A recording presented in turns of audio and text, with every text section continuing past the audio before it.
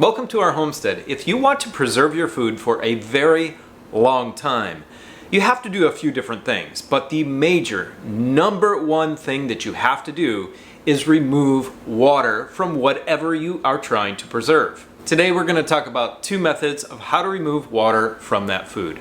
Let's get going.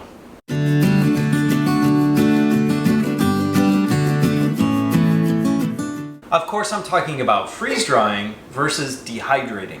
Now, both are very good methods for preserving food. However, there are some stark differences between the two, and we're going to talk about them. And we are going to talk about which method is best for us, but I want you to make the decision which one is better for you. So first, let's talk about dehydrating. Dehydrating has been around for an incredibly long period of time, several thousand years. And originally it was done with the help of fire in a specific type of building that let airflow go through that building, and the fire heated the air to help dry out the food. Now additionally, food can be dehydrated in the sun, and that's been done for a very long period of time as well. It hasn't been that long that we've had these home dehydrators, which can cost between $120, like this one right here, up to about $800 or $900. So dehydration, using a dehydrator like this, uses heat and air movement to dry out the food, and it takes usually between 5 to 6 hours depending on what you are dehydrating. When you're done, you're going to get something like this apricot. Now, I like to buy apricots which are unsulfured, which means their color changes. So that's something that you need to keep in mind, is when you dehydrate certain foods, many of them, it's going to have a color and a taste change from its original form. So as you can see here, the apricot is extremely pliable.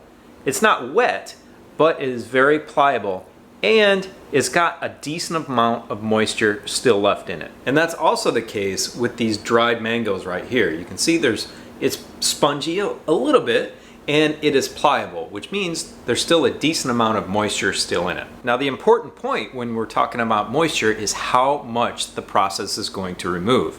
That'll determine how long it's safe to keep it on your shelf. So with my little home dehydrator here, I'm only removing about 80% of the moisture in whatever I dehydrate. And in the case of some commercially dehydrated products like vegetables, that can get upwards of 90%. But commercially dried fruits are usually sitting at around 80 to 85%, and some as low as 75% like these raisins. So what are some of the advantages and disadvantages of dehydrated foods? Well, first, they are definitely going to keep longer than fresh fruits and vegetables, but they do have a short shelf life.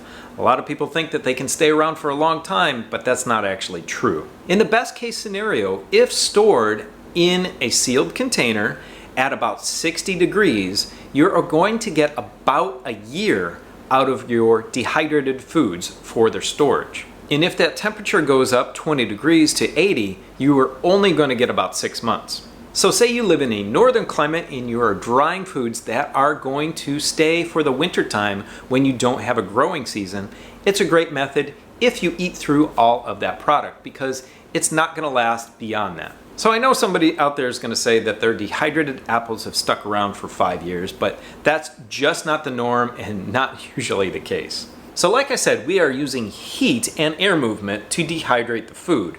And if you're doing that, if you're using heat, then you are going to have some loss in the vitamins and mineral content of that fruit, vegetable, or whatever it is you're dehydrating. Say it's meat. And the normal temperature to dehydrate things at, especially with a home dehydrator like this, is 140 degrees.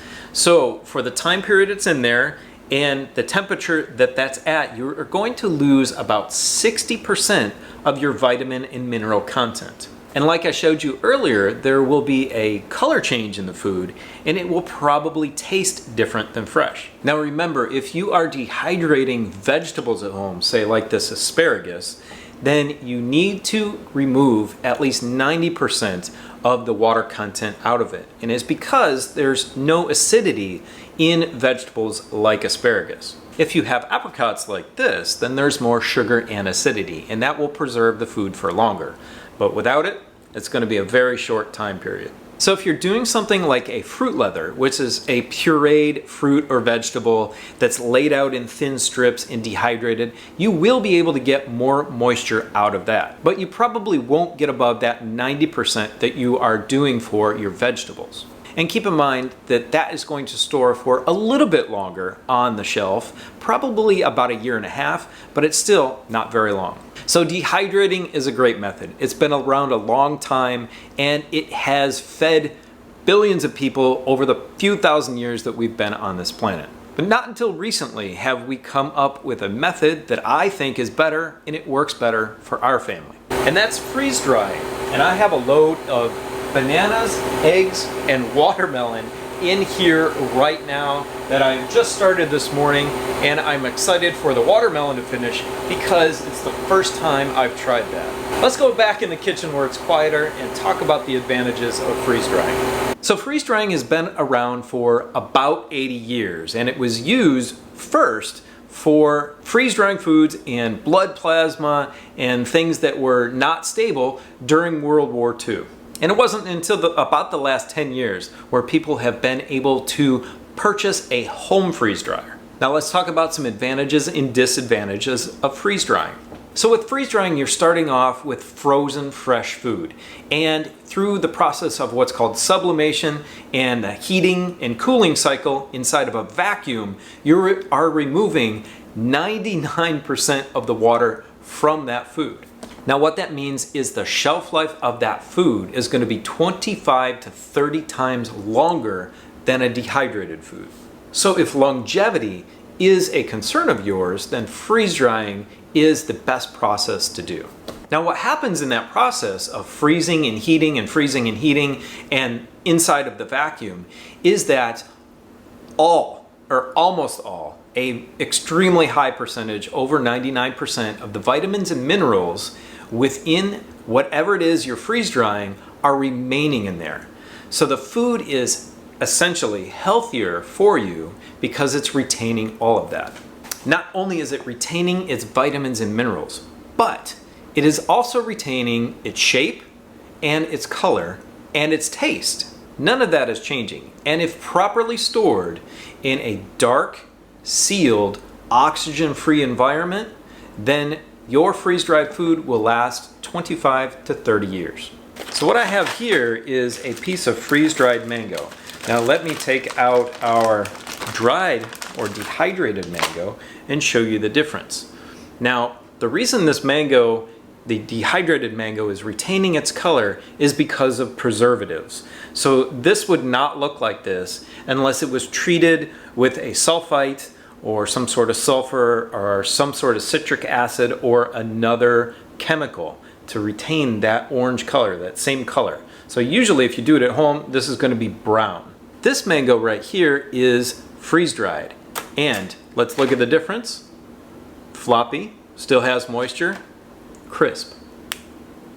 So these are some freeze-dried foods that I have done recently, and these are not stored properly. These are for snacking, so I don't need to store them properly because they're going to disappear quite fast. But if I want to store them long-term, like this bean soup, then I have a Mylar bag, which light cannot penetrate, and there are oxygen absorbers on the inside. And here's another big advantage of the freeze-drying process. I can freeze-dry pretty much anything, like a bean soup. I would not be able to do that in a dehydrator at all. You can freeze dry butter, almond milk, meat, peanut butter, any fruit and vegetable that you could possibly think of. But that's just not possible with a dehydrator. So additionally, if you're a backpacker or camper and weight is an issue for you, then your freeze-dried food is going to weigh a lot less than your dehydrated food simply because there's less water. And you're getting more nutrients out of whatever you have. So let's address the elephant in the room, and I know this is on everybody's mind, and that's the cost difference. So like I said, I paid $120 for the Chef Man on Amazon about 5 years ago, and I recently got the Harvest Right. That Harvest Right was $2,800. So that means the Harvest Right medium size, which is the one that I have, is 23 times more expensive than this. Although I'm not sure what the current pricing on this one is, so that ratio could be less. But that is a big difference. But I want you to now compare what you need. to those advantages and disadvantages of each one of these machines. Or if you are using your own home-built solar dehydrator, that is awesome. That is pretty much free or materials and labor costs for you to put the thing together. And I've actually always wanted to build one of those. So let's compare those advantages and disadvantages. So nutrient retention, we've got 60% left in our dehydrated foods, and we have pretty darn near 100% retained in the freeze-dried foods. We've got the big one, shelf life. We've got between 6 months and a year and a half on our dehydrated foods and 25 to 30 years on the freeze-dried foods. Weight difference, that really doesn't matter to me, but it might to you. Now let's talk about the types of foods and the variety of foods that you can store. So with dehydration, you are going to have a very limited amount of things that you can properly dehydrate and store for that period of time, that short period of time. With freeze drying, you can freeze dry pretty much anything. Like I said, you can even freeze dry things like soup, and it's not a problem. So these are both great methods, and they should both be used.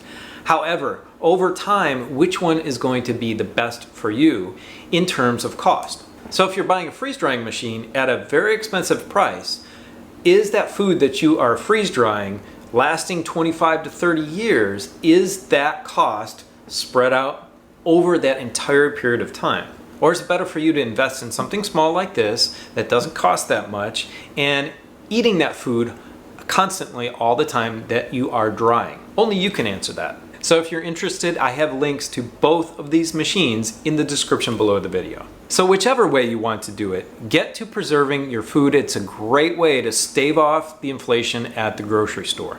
Now I want you to go check out this video right here, which is our initial review and setup of the Harvest Right freeze dryer. Have a beautiful, blessed day. We'll see you next time. I'm gonna have a snack. Bye.